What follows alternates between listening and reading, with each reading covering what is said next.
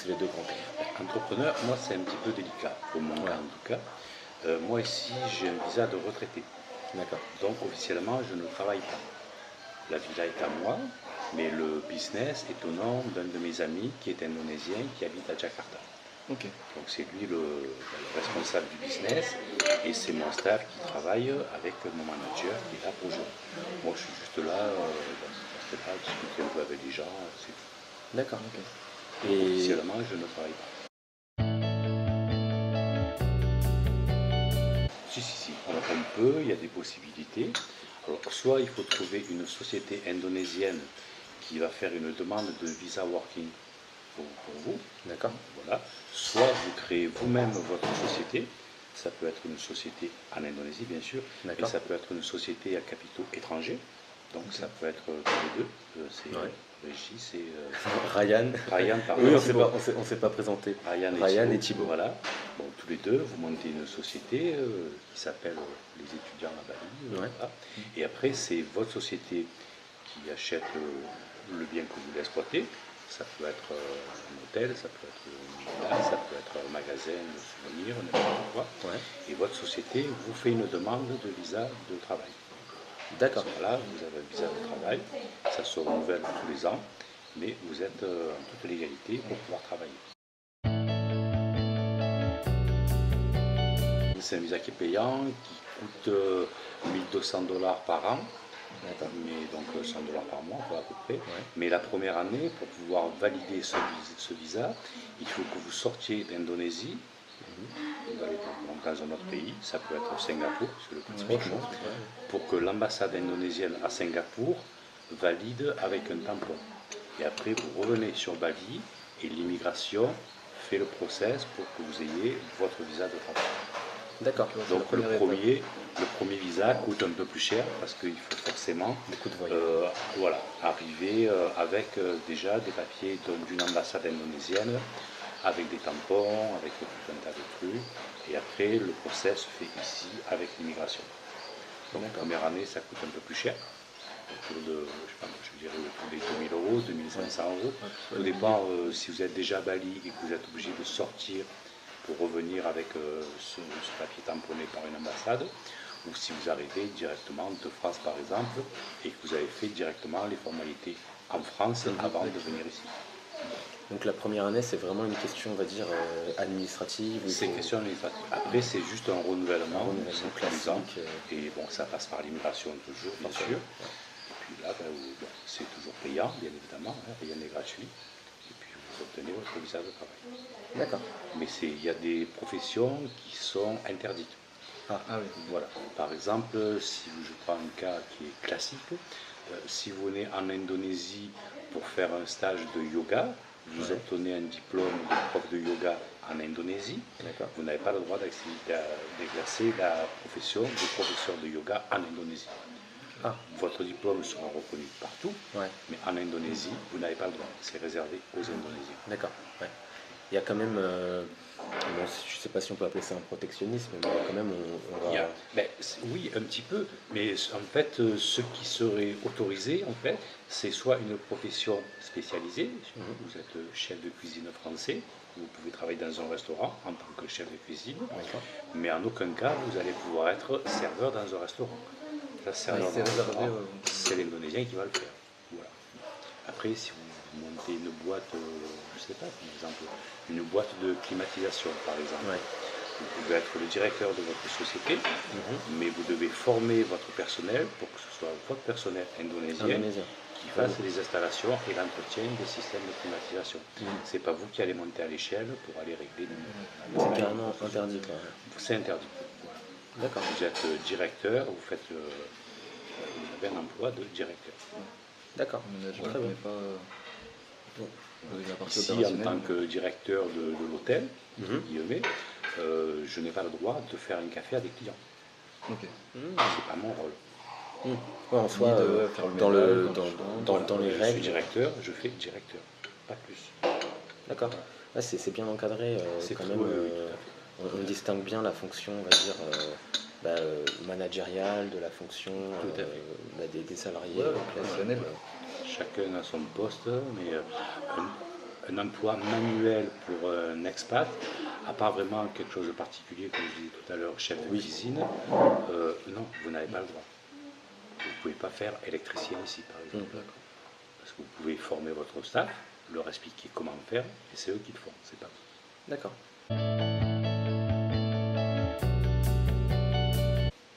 Bah, le premier mois, on patauge un petit peu, parce que forcément, on n'est pas au courant de tout. Donc, on se renseigne un peu à droite à gauche. Donc, il a fallu faire à mesure, sur le tas, et on apprenait les réglementations, les conditions, tout ça, au fur et à mesure, avec notre agent d'immigration et avec un peu notre staff indonésien, avec quelques expats qui, des fois, veulent bien vous donner une petite information. Mais voilà quoi. Et donc forcément, on va de découverte en surprise parce que on ne sait pas tout au début. Et on apprend sur le terrain au final. Et on apprend sur le terrain. Parce qu'il n'est pas forcément plus mal, hein, mais en tout cas c'est plus compliqué. C'est pas forcément plus mal, mais voilà, c'est plus compliqué. Et puis des fois, vous vous mettez dans des conditions qui sont en fait illégales. Et oui, parce que, sans le savoir en plus. Exactement, c'est sans le savoir. Donc, voilà, vous vous retrouvez devant le fait et on vous dit ah non, mais là tu fais ça, tu n'as pas le droit de faire ça. Et donc, ah bon, excusez-moi, alors comment je dois faire, qu'est-ce que je dois faire, quel papier me faut, qu'est-ce que je dois payer. Je suis venu en vacances une première fois avec ma femme, c'était pour mes 50 ans, donc c'est demain. Et puis voilà, on est venu, on est resté 3 semaines, et en rentrant en France, on s'est dit, qu'est-ce qu'on fait là? Pourquoi on ne partirait pas vivre à Bali? Après, le projet a mis quand même 2 ans avant de vraiment réfléchir, mûrir. Pendant ces 2 ans-là, on est revenu 3 fois. Et puis, au bout de 2 ans, on est revenu s'installer. Vous avez quand même confirmé et même reconfirmé votre choix, vos envies de rester ici. Bien sûr. D'accord. Vous êtes tombé amoureux la première fois et au final c'est... Oui, puis pourtant en France on habitait dans le Var, donc une région assez sympa. On avait une villa très agréable à vivre, avec un grand jardin, avec une piscine, on gagnait notre vie correctement. Mais voilà, après quand on a mis tous les pour, tous les contre dans la balance, d'un côté et de l'autre, comme on dit, il n'y a pas photo. Tout dépend déjà si vous voulez vivre à Bali, ou si vous voulez juste investir de l'argent à Bali, mais il y a plusieurs possibilités. Mon frère qui est sur Gili Air, donc pas très loin de Bali, lui il est plus jeune que moi, donc lui il a une société, il a un visa de travail, il a un établissement avec des bungalows et une grande piscine, il a un deuxième établissement avec des bungalows et des piscines privées, et là on est en train de construire un projet beaucoup plus gros.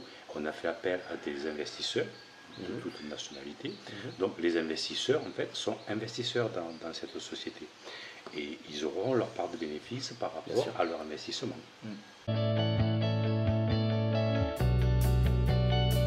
Parce que c'est le plus simple. C'est le plus simple. En plus, il me fallait un endroit pour habiter. Donc voilà, j'ai une très grande villa, j'ai une partie privée, mon appartement, et des chambres pour les clients. Mais c'est ce qui est le plus simple. Parce qu'après, notre business, là forcément, il vous faudra créer une société ou alors travailler pour une société qui va vous faire un visa de travail. C'est pareil. Je suis venu ici pour profiter de la vie, avant la retraite, pour être tranquille. Mais là, c'est le cas. Voilà, le stress. Bon, je ne vais pas devenir milliardaire ici, c'est évident. Mais je gagne suffisamment d'argent pour vivre. Ça me permet de rentrer 2 fois par an en France. Et puis ici, j'ai pas besoin de compter, de réfléchir si je vais au restaurant cette semaine ou si j'attends le mois prochain. Bien sûr, et c'est important. C'est un confort de t-shirt, il me plaît, quel que soit le prix, je l'achète. Je vais attendre les soldes parce que. Forcément. Il n'y a pas de privation comme. Non, ici. Et on parle d'ici Bali, mais j'imagine que vous avez voyagé dans d'autres pays au cours de votre vie. Pas énormément. Pas énormément, d'accord. Bon, un peu en Europe, oui. Mais sinon, en Asie, c'est le premier pays d'Asie, c'était l'Indonésie, donc Bali. C'était le coup de foudre. Je me suis fait attraper par Bali. C'est leur croyance. Leur croyance, leur cérémonie, leur superstition. Ils vivent pas avec leur religion, ils vivent dans la religion. Pour les Balinais, le plus important, c'est le temple. Ça passe avant tout. un baleinier qui doit aller à une cérémonie, si vous lui dites ben, j'ai besoin que tu viennes travailler, je te paye 3 fois ta journée, 4 fois ta journée, il va vous dire oui, oui, oui, oui, mais il ne vient pas, il va aller au temple. C'est ce qu'il y a le plus important. C'est la religion avant tout, la croyance avant tout. Oui, bien sûr. Bien sûr. Et c'est très bien ce que vous avez dit quand vous dites ils ne vivent pas avec leur religion, mais vraiment dans leur religion. Oui. C'est-à-dire que le côté spirituel, il est vraiment ancré en eux. Bien sûr, c'est comme ça. D'accord. C'est ce qu'il y a de plus important. Ils vont vous dire le travail c'est bien, ça permet de gagner de l'argent pour manger, pour vivre, mais le temple c'est beaucoup plus important parce qu'il faut avoir un bon karma toute sa vie pour pouvoir bien se réincarner.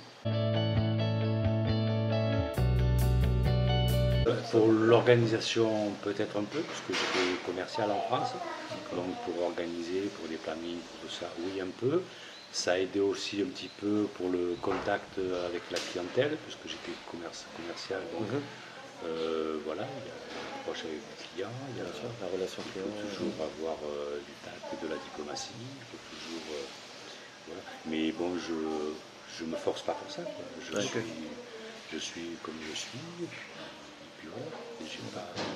Donc pas de, comment dire, enfin, la personnalité n'est pas forcée, on ne vous est pas forcé des traits de personnalité. Non, ben, quand on décide d'ouvrir une maison d'hôtes, ben, il faut aimer recevoir les gens, il faut aimer communiquer. Et après, ben, il suffit d'essayer de donner aux gens ce qu'on aimerait recevoir, nous, en allant dans une maison d'hôtes. Et à partir de là, tout va bien.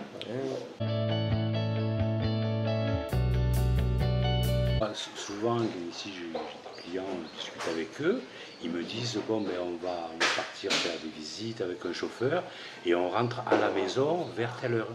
Ils disent pas on rentrera à l'hôtel, on rentre à la maison. On se sent un peu comme chez nous ici. Ils se sentent chez eux. Voilà. Et ça le fait tout de suite, dès les premières heures de l'arrivée, ils se sentent à l'aise parce qu'il y a tout qui est fait pour ça, quoi.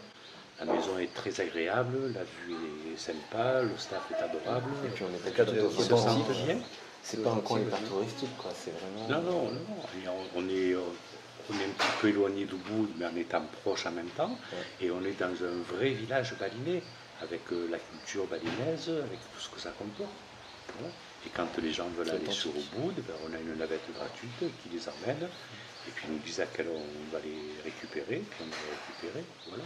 Donc ils évitent les problèmes de la ville, j'entends par là la pollution, la circulation, le bruit, la chaleur. Et en même temps, ben, ils peuvent y aller facilement, puisqu'il y a une navette gratuite. Et quand ils arrivent d'une journée de balade ou d'une journée à Ubud, qu'ils arrivent ici, on est bien. Se reposer. C'est tout qui est trop. Ici, dans les rizières, le soir, on a des lucioles. Quand il y a des lucioles, c'est qu'il n'y a pas de pollution. C'est un indicateur flagrant.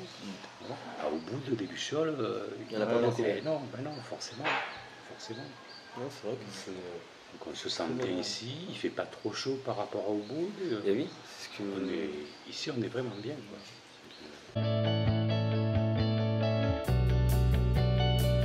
TripAdvisor aussi. Voilà. On est, depuis l'ouverture, tous les ans, on est classé dans le top 25 des meilleures chambres d'hôtes en Indonésie. On le voit. Voilà, 6 ans d'exploitation, là on est dans la 7e année. On a 6 winners et c'est le top 25 des meilleures chambres d'hôtes d'Indonésie. C'est pas uniquement Bali, ça compte toute l'Indonésie. Donc forcément, les gens, la plupart regardent les avis TripAdvisor avant de décider de réserver. Quand ils voient ça, forcément, ça aide, quoi. Bien sûr. Et de plus en plus de bouche à oreille, bien sûr. De plus en plus. D'accord, très bien. Voilà.